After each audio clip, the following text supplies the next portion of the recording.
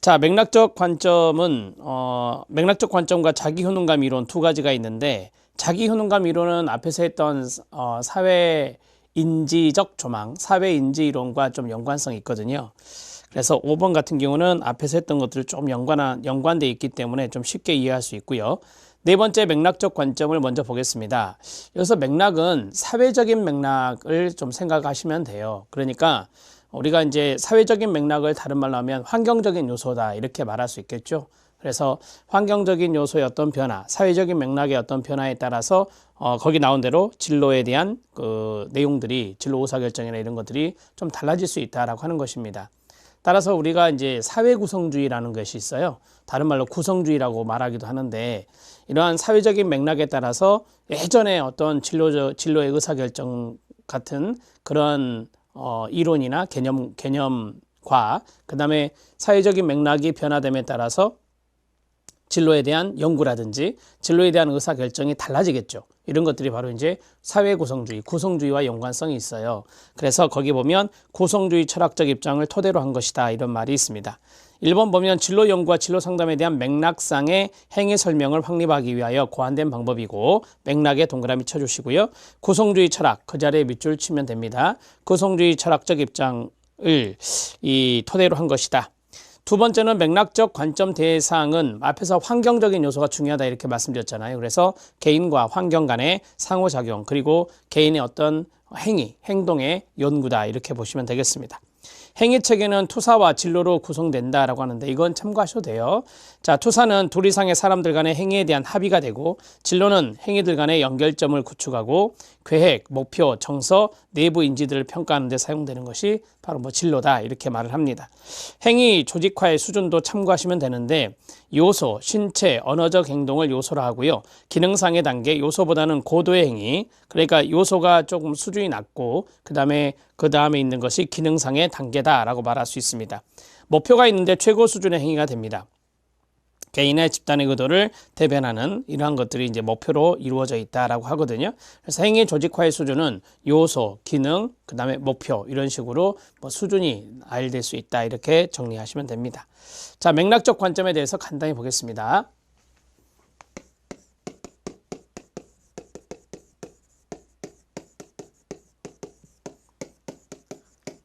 출제 확률은 낮습니다. 자, 이 맥락적인 관점에서 우리가 앞에서 사회적인 맥락이라는 말 썼죠. 사회적 맥락. 그리고 이것은 환경적인 요소를 중요시한다. 환경적인 요소를 중시한다. 이 환경과 개인 간의 상호작용 이런 것들을 중요시한다고 말씀을 드렸습니다. 자, 그리고 이 사회적인 맥락의 변화, 이것이 이제 변화가 되잖아요. 시대가 흐름에 따라서 변화가 되면, 자, 진로에 대한 연구, 그 다음에 진로에 대한 의사결정, 그러한 것들의 변화가 일어난다. 변화가 일어난다. 이것을 우리가 이제 재구성된다 이렇게 말할 수 있죠. 재구성된다 이렇게 말할 수 있습니다. 따라서 맥락적 관점은 구성주의 철학, 사회구성주의 철학과도 연관성이 있는데, 구성주의 철학을 토대로 하고 있다. 이런 식으로 정리하시면 되고요. 자, 우리가 이제 마지막에 행위적인 측면이 중요하다라고 했었는데, 자, CF 행위 연구가 바로 이 맥락적 관점에서 중요하게 포커스를 두고 있는 것 중에 하나인데, 이 행위 연구에서 행위의 조직화가 있었죠. 행위 조직화.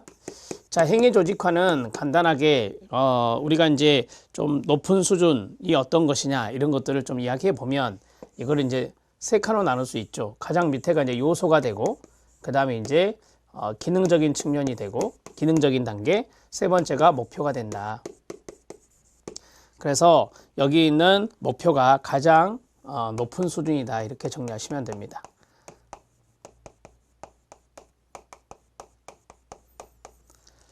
자, 행위의 조직화의 어떤 단계라고 할까요? 행위의 조직화의 단계를 세 단계로 나눴을 때 우리가 요소, 기능, 목표 이런 식으로 수준이 올라갈 수 있다 이렇게 정리하시면 되겠습니다. 자, 요소에 대한 부분은 신체적, 언어적 행동이 여기에 들어간다라고 했습니다. 자, 그 다음에 뭐 신체적인 측면, 언어적인 행동이 가장 낮은 수준의 요소라면 그 다음에는 이것보다 조금 더 높은 수준의 기능적인 단계가 있다.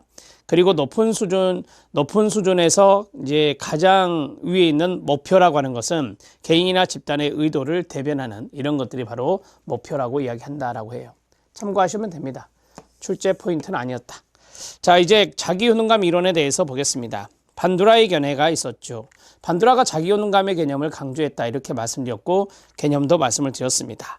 자기효능감이 심리적 기능에 영향을 미치는 개인의 사고, 심상을 포함한다는 점을 강조하고 자기효능감은 개인의 노력 강도를 결정한다라고 했어요.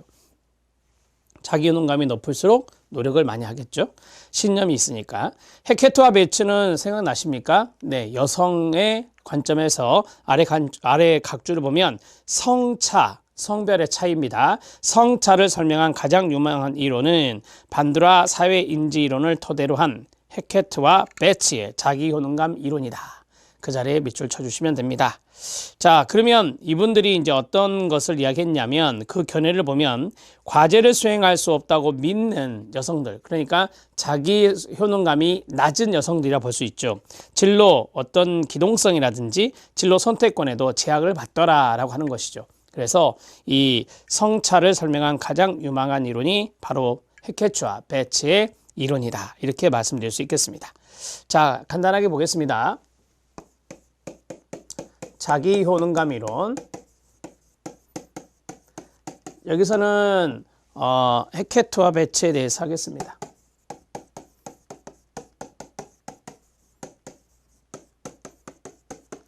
자기 효능감 이론에서 여성에 대한 연구가 나왔었어요. 자, 여성이 자기 효능감이 낮을 경우에 진로의 어떤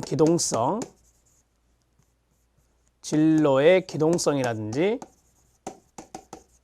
그 다음에 선택권에 제약이 있다라고 하는 것을 이론적으로 이제 밝힌 분이죠. 진로의 기동성이나 진로의 선택권이 낮아진다 이렇게 정리하고 있어요. 자, 결론적으로 여성을 대상으로 연구를 했기 때문에 자, 성차, 성별의 차이를 설명한 자기 효능감 이론이 바로 이 해케트와 베츠의 이론이다. 이렇게 정리하시면 되겠습니다. 자, 이제 밑에 공무원 시험 기출 적용을 보겠습니다. 여기까지 하면 챕터 4가 끝나게 되는데요. 진로 의사 결정에 따른 내담자의 유형입니다. 알아놓으셔야 됩니다. 진로 의사 결정에 따른 내담자 유형입니다. 세 가지가 있는데 하렌이라는 학자가 이야기한 겁니다. 자, 암기법을 말씀드리면 좀 쉽게 이야기를 하면 합의 직관입니다. 합의 직관 여기 쓰겠습니다. 합의 직관 이렇게 해서 세 가지입니다. 첫 번째는 거기 나온 대로 합리적 유형입니다. 시험에 출제됐던 것이 최근에 의존적 유형입니다. 세 번째는 그대로 가면 돼요. 직관적 유형입니다. 자, 이게 무슨 말인지는 대충 이해는 되실 건데요. 거기 보면 정확한 정보를 기반으로 신중하고 논리적으로 의사결정을 수행한다. 그 다음에 밑줄, 결정에 대한 책임을 자신이 집니다. 자, 합리적 유형은 논리적이다 라고 하는 측면이 있고요. 결정 책임은 자신에게 있습니다.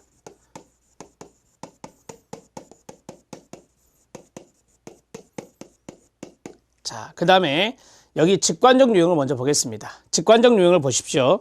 의사결정의 기초로 상상을 사용합니다.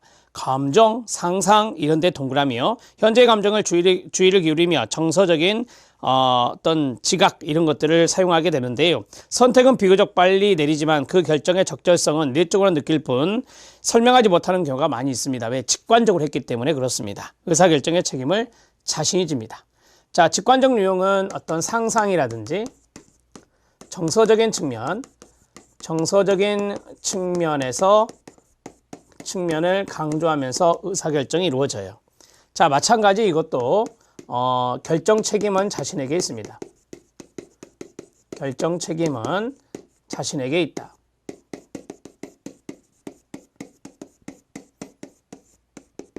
자, 직관적으로 의사결정을 하기 때문에 어떤 것에 대해서 구체적으로 설명하지는 못한다는 것 알고 계시겠죠? 이거는 이제 철저한 정보를 분석하고 논리적으로 하기 때문에 거기에 대해서 설명할 수 있지만, 이 직관은 상상이나 정서적인 측면을 강조하기 때문에 그러한 구체적인 설명을 하기는 어려워할 것입니다. 의존입니다. 의존은 항상 남에게 의존한다라는 말을 많이 하죠. 그래서 거기 보면 의사결정에 대한 책임을 부정하고 외부로 돌립니다. 즉 결정의 책임을 자신이 지지 않는다는 것이죠. 자, 거기에 보면 의사결정 과정에 타인의 영향을 많이 받습니다. 수동적이고 순종적이며 사회적 인정에 대한 욕구가 높은 유형이다. 자, 이 지문이 그대로 이제 출제가 됐는데 그것을 좀 잘 알아놓으시면 됩니다. 자, 타인 영향 출제가 됐으니까 파란색으로 써보겠습니다. 자, 타인의 영향을 많이 받는다. 타인의 영향을 많이 받고, 그 다음에 두 번째, 그 마지막 부분에 있는 거예요. 사회적 인정에 대한 욕구. 남한테 의존하기 때문에 남한테 사회적 인정, 이런 것을 받고자 하는 것들이 상당히 높죠. 그래서 사회적 인정 욕구가 높습니다. 사회적 인정 욕구가 높다. 이렇게 쓰시고, 자, 마지막 결정 책임은 다른 사람에게 돌린다라고 했어요. 결정 책임은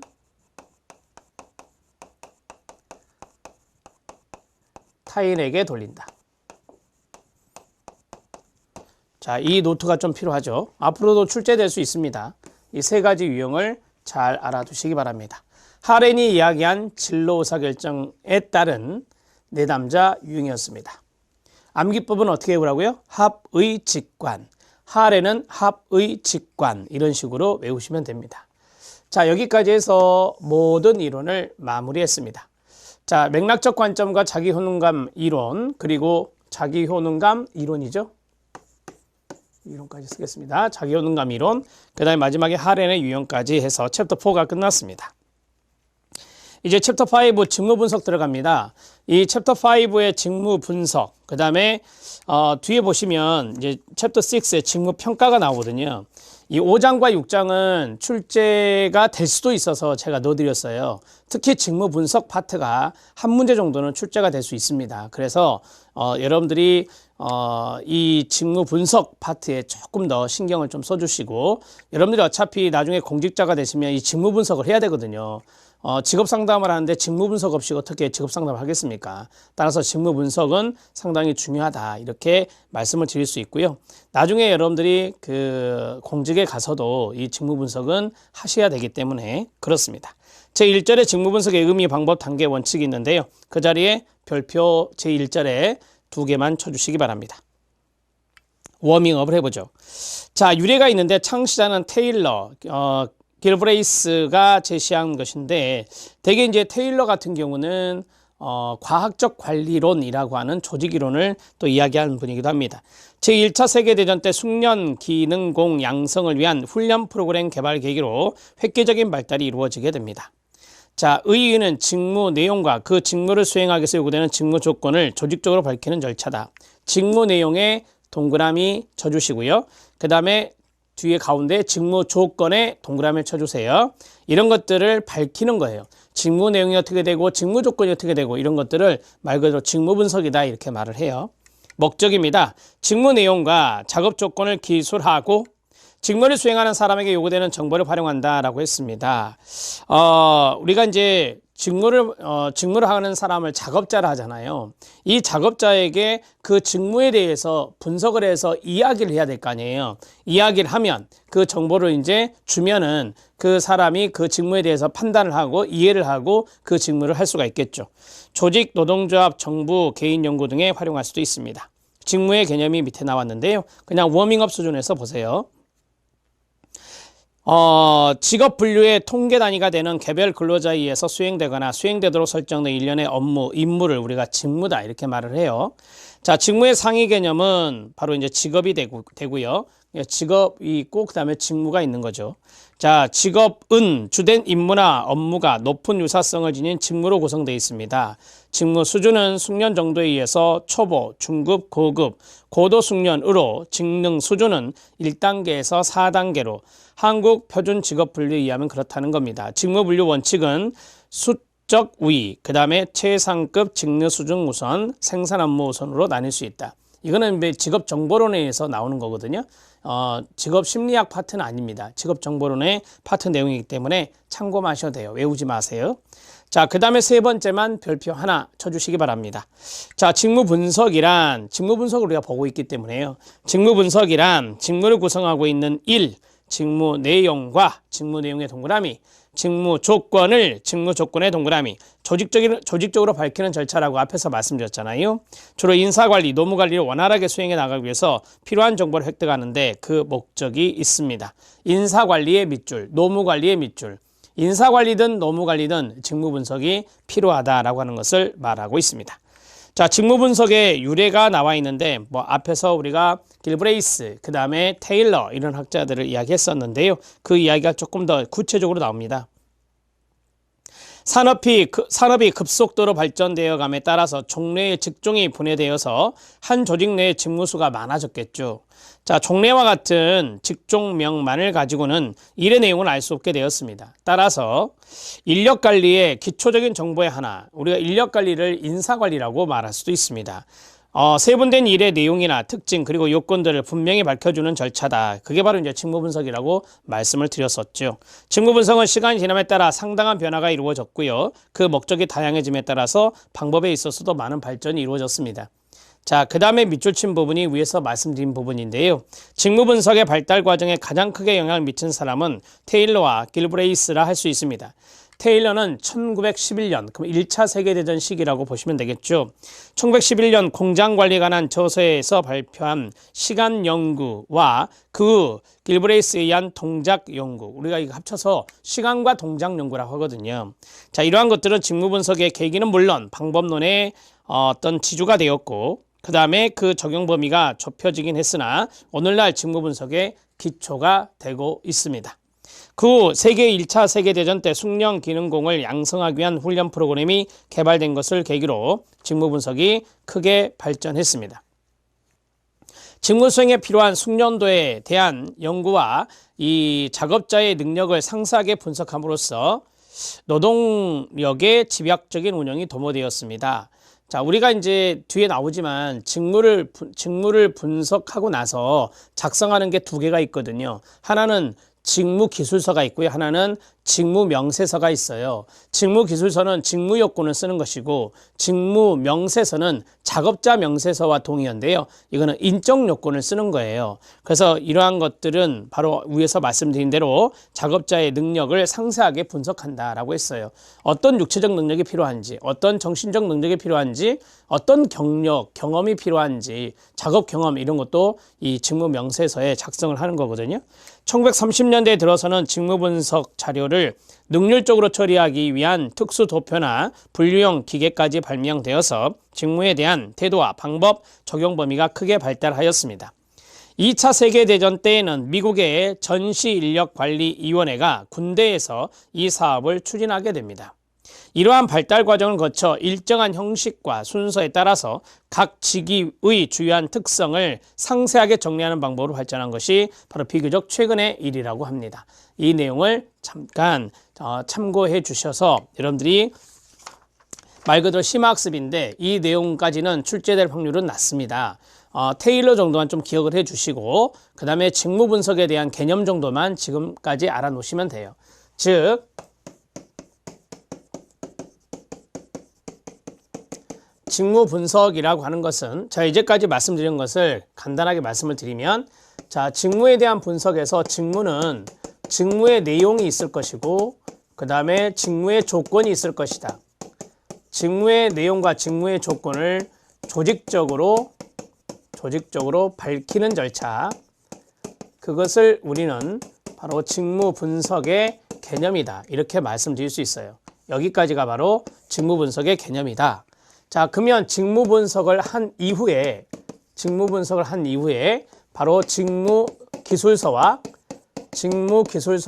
직무명세서를 작성하게 되는데, 직무기술서는 직무에 대한 요건을 기술하는 것이고, 그 다음에 직무명세서는 앞에서 말씀드린 대로 작업자 명세서다 이렇게 말씀드렸죠. 작업자는 인간입니다. 그래서 인적 요건을 기술하는 것이 바로 직무명세서다 이렇게 정리하고 있습니다. 이 두 가지를 직무 분석 후에 작성하는 것이다 이렇게 간단하게 말씀드리고 넘어갑니다.